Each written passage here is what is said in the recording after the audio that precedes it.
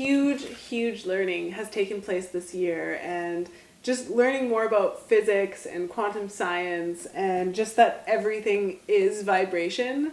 Reading books like The Secret Life of Water and how water reacts to observation, The Secret Life of Plants, The Holographic Universe, just epic books.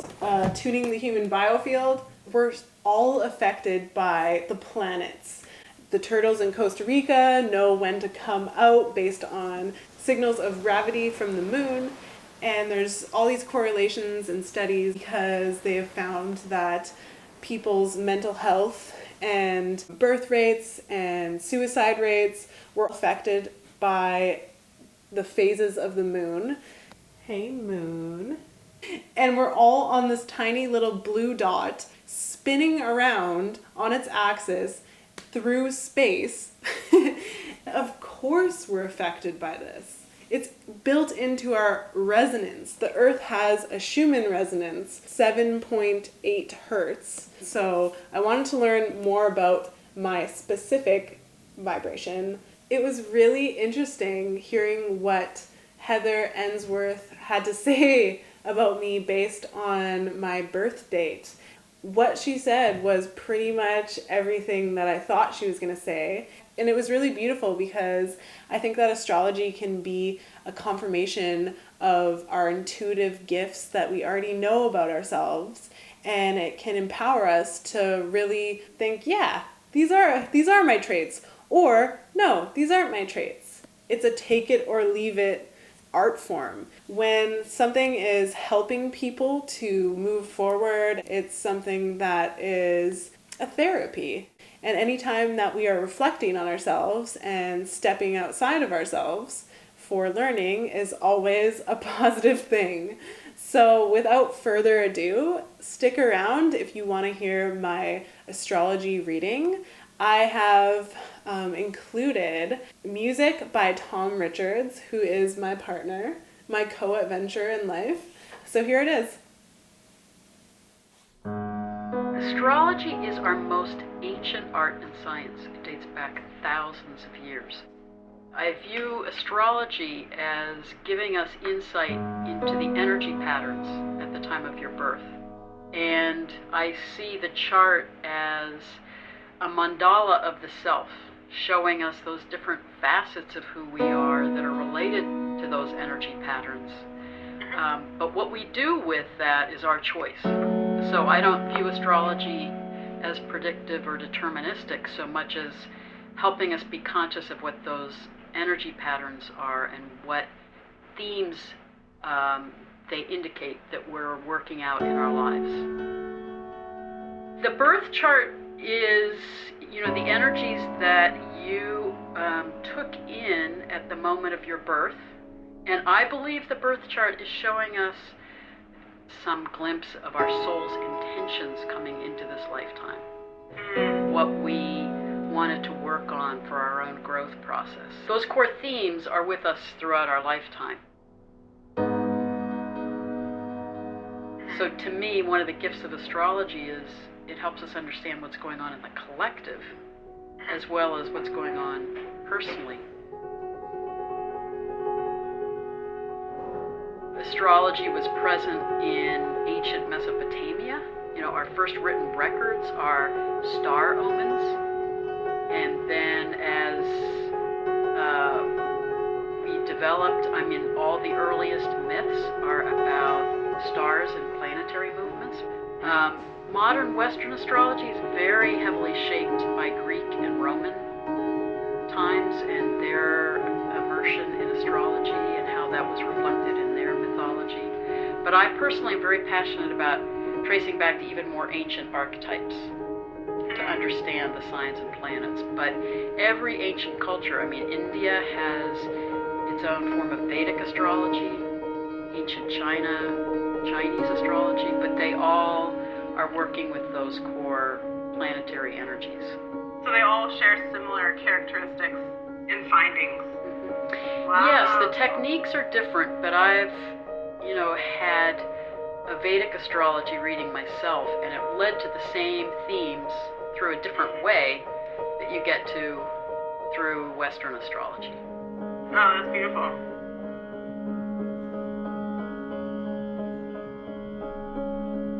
Yeah, what I really want to know is just how can I be of best service to this planet?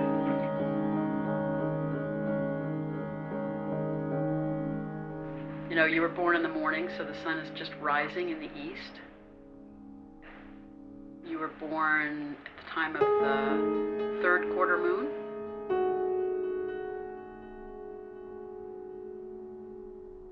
But what you look at then is where are the energies concentrated in the chart.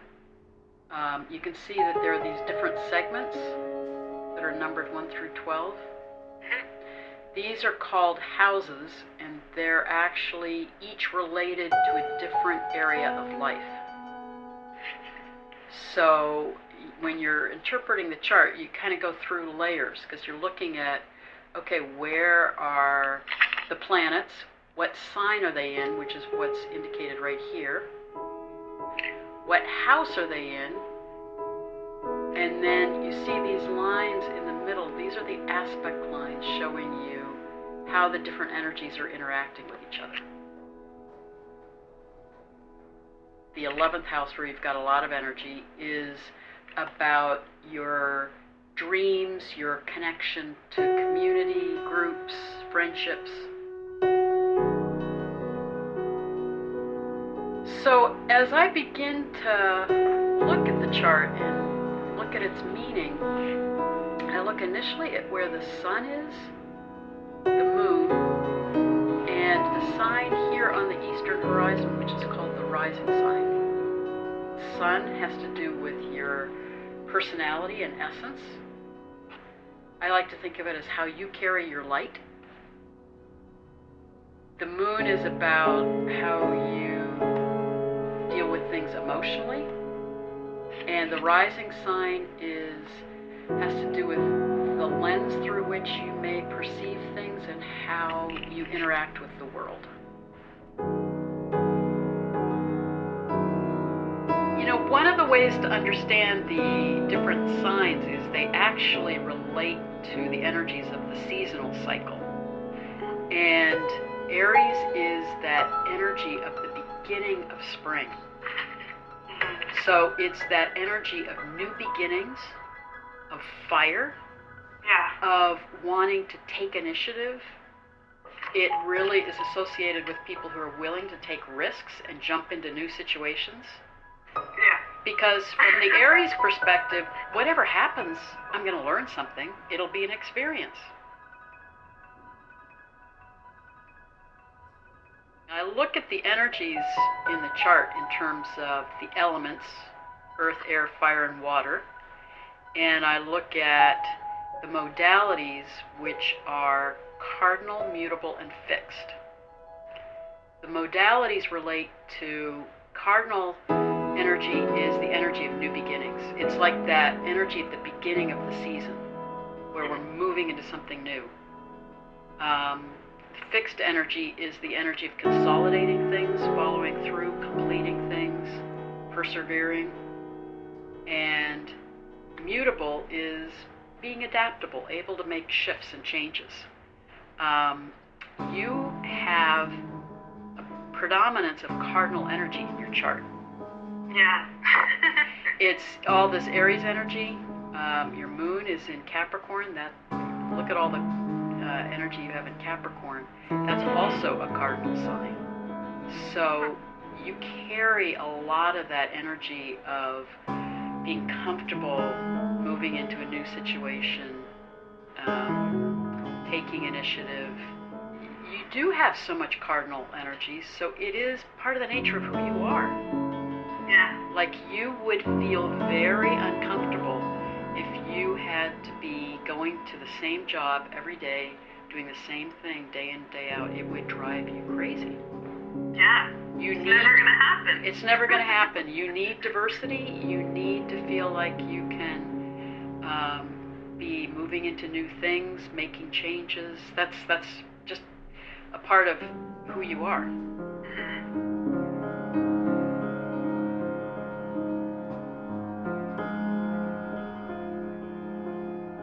One of the themes that comes through really strongly in your chart is your level of creativity. Incredibly creative. Wow. And one of the ways that comes through in the chart is, I love this dwarf planet that's right next to your sun. This is the dwarf planet Eris. I don't know if you've heard about it. No. It was originally named Xena. Did you ever see Xena, the warrior princess? Yeah. That's what the planet was named after. The interesting thing about it is it wasn't discovered until about 10 years ago, because astronomers looking for new planets look further and further out on the path of the ecliptic. The ecliptic is the path of the sun and the moon and the other planets in our solar system. They all basically follow that same path. This dwarf planet, Eris Xena, is 44 degrees off the ecliptic. She's doing her own thing. And they don't quite know why, but what it really means is that you need to be your unique creative self, off the beaten track, following your own path. And that comes through in the chart in a lot of different ways. It comes through in terms of the connections your moon has. Your moon is in Capricorn. Do you know anything about that sign? No. It's got lots of layers of meaning. It's the sign that's often associated with people that can be highly successful, because it is about an ability to manifest. The deeper archetypal meaning of Capricorn, this is one of the signs that I've really traced back the earlier meanings to it. The symbol of Capricorn is the goatfish, a hybrid. And the deeper meaning of that is Capricorn is associated with the wise ones who've come from the sea or from source to bring their wisdom to the people, so they take on a land form in order to communicate their wisdom, and then once they're done, they go back to the sea, to source. I love that. Pretty cool, isn't it? Yeah. I've always felt like a old little wise lady. My whole life. Well, it really fits. And you've got so much energy here in Capricorn. And one of the things that's really significant is your moon is very connected to all of these planets here, but especially Neptune, Uranus, and it's also connected to Pluto, among other things that I can come back to. But look at how many connections your moon has to other planets. Is that uncommon? Yep. So it makes the energy of this is called a stellium you have here in Capricorn. It makes it a very strong part of your chart, and it means your moon is really very prominent in your chart. Well, a stellium is when you have 4 or more planets in the same sign within 20 degrees, and you do. But what's significant is your moon is connected to the 3 outermost planets, Uranus, Neptune, and Pluto. If you have strong connections to those transpersonal planets, those outer planets, it means you have a way to access other ways of knowing. And your moon has connections to all 3. Cool. So it makes you very intuitive, if not psychically sensitive. It means you're highly creative. It means you have, Uranus is what's often referred to as our connection to divine mind. It means you can download things sometimes, or just get these flashes of knowing. Now, Saturn's connected to the moon too, which can sometimes, depending on how you work with that Saturn, it can sometimes put a lid on that until you really work it through. So, or another way to put it is, it can create certain challenges in terms of fully owning that part of yourself. Right. Because it can mean, what I see in your chart is you are a very unique, creative, unconventional person. And that doesn't really show up for other people as much? But your chart would say you may not have fully been seen and understood in your uniqueness growing up. And that can ultimately, when you have such a strong Saturn, because it's connected to both your sun and your moon, it can ultimately help you rely on your own inner authority and your own inner strength. Yeah. But it means that you have to really fully acknowledge those gifts that you have that you may sometimes not fully see in yourself. That makes sense. Because I grew up in a kind of religious family that had a certain set of mindset, and now I have access to all this cool information like the holographic universe. That would make so much sense, because actually the moon, with this birth time, the moon and Saturn are both in the part of the chart that has to do with spirituality and beliefs. And with Saturn there, it can mean growing up in a more traditional environment in terms of religious beliefs. But for you, intrinsically, you're way out of the box. What's really interesting is, in terms of the emotional meaning of the moon, it means you have a capacity to be, wow, it's kind of hard to explain. Your moon is so connected to so many things, but it means you have a capacity to feel things in a deep and sensitive way and stay grounded with that. Right. And with Neptune, it means that that's reflective of that intuitive side of you, a sensitive, compassionate side of you, but a creative gift, but also it's in particular very connected to music. With the moon's connection to Pluto, it gives you an emotional depth and probably a good ability to read people. Yeah. Pluto's that ability to sense what's going on beneath the surface, beneath what people are saying or showing in a more overt way. Where people are just like, by some of the things that I say, because they don't think of it in that certain way, but I come at it through a different angle. Well, that's Uranus. Uranus is that ability to cut to the heart of things, to access information in unconventional ways, and Uranus is very much the truth teller. Yeah, exactly. Sometimes I actually have no filter, and I'm very impatient, and sometimes I'm too abrupt. Yep, that's Uranus. Yeah. You actually are very sensitive with Neptune there too, but Uranus is an energy of, it can create a sense of impatience, because Uranus cares about what's real, what's authentic, what's true. Let's just get to the heart of it. Why are we messing around? Coming back to your rising sign is in Gemini, which means you're really interested in learning, interested in ideas, and most likely an effective communicator. Wow, that's very true. But the other thing about Gemini, which adds to your variety of interests, is I love the fact that Gemini is connected to that time of year here in the Northern Hemisphere when the pollinators all come out. So it's the time of year when we have the bees and the butterflies and the hummingbirds pollinating the flowers.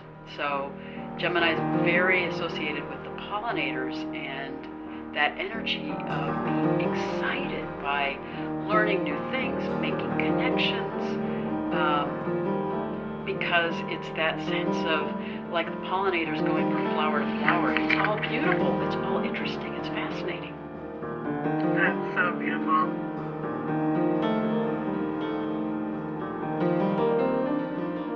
How are things with relationships for you? That's and we both play the same instrument, and it's so good. We've been married for 4 years, and we're just like a really good yin and yang for each other. When you look at relationship, you look at Venus, and you also look at, this is Juno, which has specifically to do with marriage, and it indicates that that's really an important part of who you are, and that part of what's important for you in that primary relationship is to have a depth of your connection with each other and a sense of mutual respect. See, part of what's fun about being an astrologer, and this is really interesting because I'm also a clinical psychologist, but one of the things that I love about astrology is it really speaks to the uniqueness of who we each are.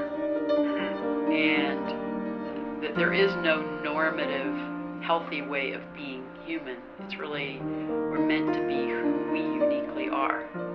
And you live from that deeper place, and that's really important to you to have those deeper connections. That isn't true for everyone. For many people, they want a sense of security and stability and have things in place, and then they feel really good. We often assume that the energies we carry are kind of similar to everybody else's, but it's not true. You're really on a path of honoring in this lifetime your deep connection with spirit and how to share what you've learned and really live out your creativity. One of the things that's interesting is Pluto is squaring the lunar nodes. It's at a 90-degree angle to these lunar nodes, along with Mercury and Pallas Athene and Lilith. So that indicates that there's something karmic that some issue that didn't get worked through in past lives that you're really committed to working through in this lifetime in order to be on that path of growth. The critical point for Pluto is this south lunar node, which means it is absolutely vital for you to really honor your uniqueness, your creativity, and really have your path come from your heart, from who you are, and honor that a lot of your path is about your own self-expression. And when you can be really grounded in yourself and who you uniquely are, it's supporting you in bringing out your gifts in a way that are going to be meaningful to others. This part of the chart is about you're bringing your gifts out to the world in a way that's really impacting people. And Aquarius is about being unique, being connected to what's going on socially, what's going on a larger level. But it is through staying very connected to who you uniquely are and your creative gifts. When you look at indications about your mother in the chart, you look at the moon, and it would indicate that your mother is incredibly creative herself. Wow. And that you have a very strong connection with her.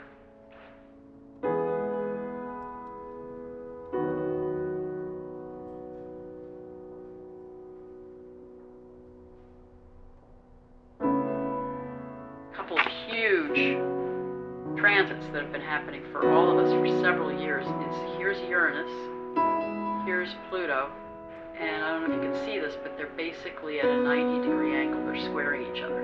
Yeah. In the mid-60s, they were right next to each other, and now in their orbits, they're squaring each other. That combination, Uranus and Pluto, I believe is the most powerful transformational combination. So, and being in a square with each other ramps that up to a really high level. Yeah, significant time. Very significant time. Pluto is in the sign of Capricorn. Capricorn in the collective relates to systems, structures, institutions. The week it moved into Capricorn, the stock market dropped. Wow. The meaning of Pluto in Capricorn is the breakdown of systems and institutions and structures that are corrupt or out of balance or abusing power in order for Uranus in Aries to bring forth new paradigms that are more just and equitable. Yeah. So when I see the turmoil, I mean, if you look at our global situation, there is so much turmoil, economically, politically, in religious institutions, healthcare, in so many systems. And to me, that's the energy of Pluto and Uranus saying these systems that are out of balance need to break down in order for new paradigms and new forms to emerge.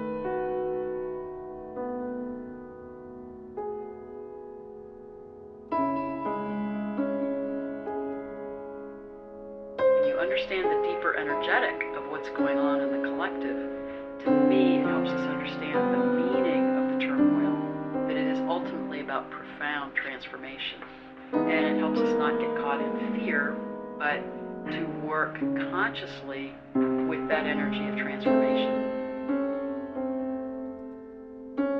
Where is that transformational energy coming into play for you? It's targeting Neptune, your moon, and our friend Erisina. So, what does that mean? Well, in targeting Neptune, it's actually been supporting you in tapping into that intuitive part of yourself, your connection to music, your dreams, your vision. In targeting that dwarf planet Erisina, it's really, and that actually started in the spring and is going to continue all the way through next year. So it's a time where your creativity is getting heightened and you're really being encouraged to really tune into your own unique path and be empowered in following that path.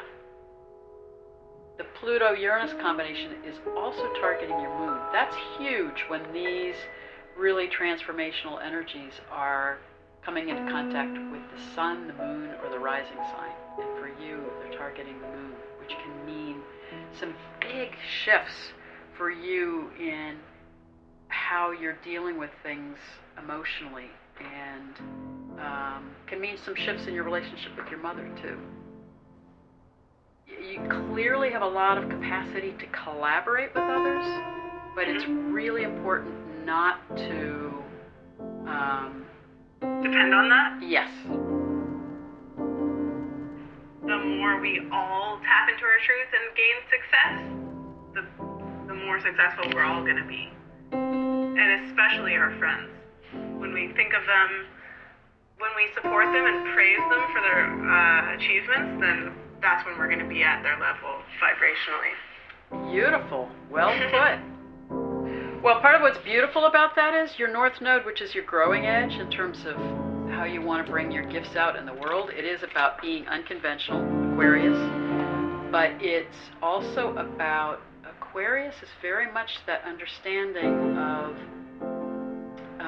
we're all equal. Yeah. We need to be open to diversity, treat each other with justice and fairness, and that creates a really rich dynamic if we can allow our diversity and each step into our uniqueness and bring that into collaboration and community.